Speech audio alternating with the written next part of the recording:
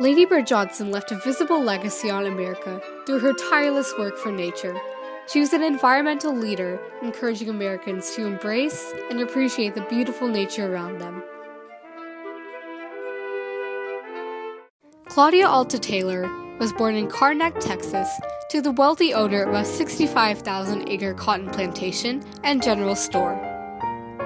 When she was young, her nursemaid had called her as pretty as a ladybird, and the nickname stuck. She lived around Lake Caddo, an area rich in wildlife. By venturing into nature, she found that she had a love for the environment. She had said, "I like to paddle in those dark bayous where time itself seemed ringed around the silence and ancient cypress trees." Lady Bird's strong connection with nature from a young age was the main reason for her environmental advocacy. While there have been other influential First Ladies, Lady Bird had a unique and prominent legacy that has continued long beyond her initial efforts. Mrs. Johnson was an excellent student and attended the University of Texas at Austin. She graduated with a degree in journalism and history. She said of her experience, "All the doors of the world were suddenly opened to me." At the time when they met, Lyndon Johnson was part of Congress. He was visiting Austin when he met Lady Bird and fell in love. Lyndon Johnson described Lady Bird as the brains and money of this family. She was a very even-tempered, passionate, and generous woman. She was a very nice lady, very gracious, and very friendly. That way of conversation, she asked lots of questions. And I think that's why she was very smart, because she asked questions and she listened to the answers and learned a lot about a lot of, you can imagine what interesting people she met. Joseph Hammer got to know Lady Bird through his work at the Wildflower Center. According to him, she was a wonderful person with a great laugh and smile and a delightful voice. In 1941, when Lyndon Johnson served in the Navy for World War II, Lady Bird ran his congressional office full-time. She did a fine job of managing his office until Mr. Johnson came back. She also bought a failing daytime Austin radio station with money inherited from her mother in 1943.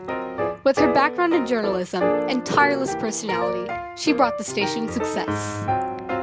Following her purchase of KTBC, Lady Bird started a company called the Texas Broadcasting Company, later renamed the LBJ Company. She bought several more radio and television stations, banks, and a property. The family expanded their holdings to several different locations in Texas, and Lady Bird was active in the company into her 80s. All of her work for KTBC and running Lyndon Johnson's office proved that Lady Bird was intelligent and willing to work for a purpose. Her hard-working personality would shine through again later during Lyndon Johnson's presidency, especially when she took on the role of an environmental leader. When John Kennedy was running for president with Lyndon Johnson as his vice president, Lady Bird overcame her shyness and campaigned for her husband, despite not wanting Johnson to run for vice presidency. Lady Bird became a goodwill ambassador while Johnson was vice president, traveling to 33 foreign countries. Then tragedy struck on November 22, 1963. John F. Kennedy was shot dead while riding in a limousine through Dallas. Lady Bird and Lyndon Johnson were riding in the car in front. Lyndon Johnson took the oath of presidency aboard Air Force One. It was a very sudden task for Lady Bird to be the First Lady, and she was unprepared. Despite that, she and Lyndon handled the challenge well and healed the mourning country. Lady Bird supported many of her husband's programs he implemented as president, like the War on Poverty. She was also the national chairperson for Head Start, a program dedicated to ensuring that young children had proper amounts of food and access to medical care. In the fall of 1964, Lady Bird proved to the country that she could be an active contributor to her husband's presidency. She undertook a 4-day whistle-stop tour through the South called the Lady Bird Special. The South opposed Lyndon Johnson's Civil Rights Act. Lady Bird, having deep ties to the South, could understand their unrest. The campaign allowed her to advocate her husband's political beliefs and defend civil rights in an effective way. Lady Bird was a passionate person with many issues to campaign for. but there is one thing closest to her heart: the environment. She had once said, "The environment is where we all meet, where we all have a mutual interest. It is the one thing all of us share. It is not only a mirror of ourselves, but a focusing lens on what we can become." She was kind of a visionary in that she looked ahead and she was thinking about the environment and ecology back in the 1960s when most people weren't. She was thinking about clean air, clean water, an attractive landscape and a healthy landscape. Lady Bird was inspired to save the environment after Lyndon Johnson's Great Society speech. She greatly disliked seeing man-made objects interfere with and endanger natural beauty. The answers cannot be found in piecemeal reform. The job really requires thoughtful interrelation of the whole environment, not only in buildings but parks, not only parks but highways, not only highways but open spaces and green belts. But beautification, to my mind, is far more than a matter of cosmetics.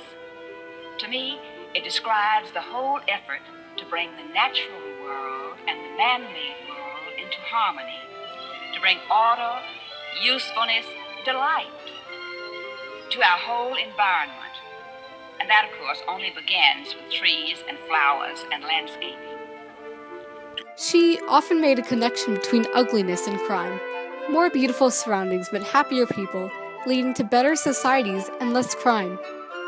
She took the initiative to encourage others to garden and preserve nature. She, along with other members of the First Ladies Committee for a More Beautiful Capital, planted 2 million bulbs and over 1,000 trees around Washington, D.C. Lyndon Johnson also supported her cause. He created a bill, inspired by Lady Bird, the Highway Beautification Act. This bill prevented billboards, advertisements, junkyards, and other man-made items of the sort from being kept near highways. Instead, that area would be used by plants and animals. Lady Bird truly did make highways much more beautiful. Today, many wildflowers on the sides of major highways have been able to grow because of the Highway Beautification Act. While this was a major step in environmental conservancy, Lady Bird did not stop there. She protected many of America's natural areas and parks. In 1964, she dedicated the Flaming Gorge Dam and said a speech. After Lyndon and Lady Bird's White House years, they went back to Texas. However, Lady Bird was appalled by the amount of urbanization and highways that took up space in once undeveloped areas. She decided to make yet another impact in Austin.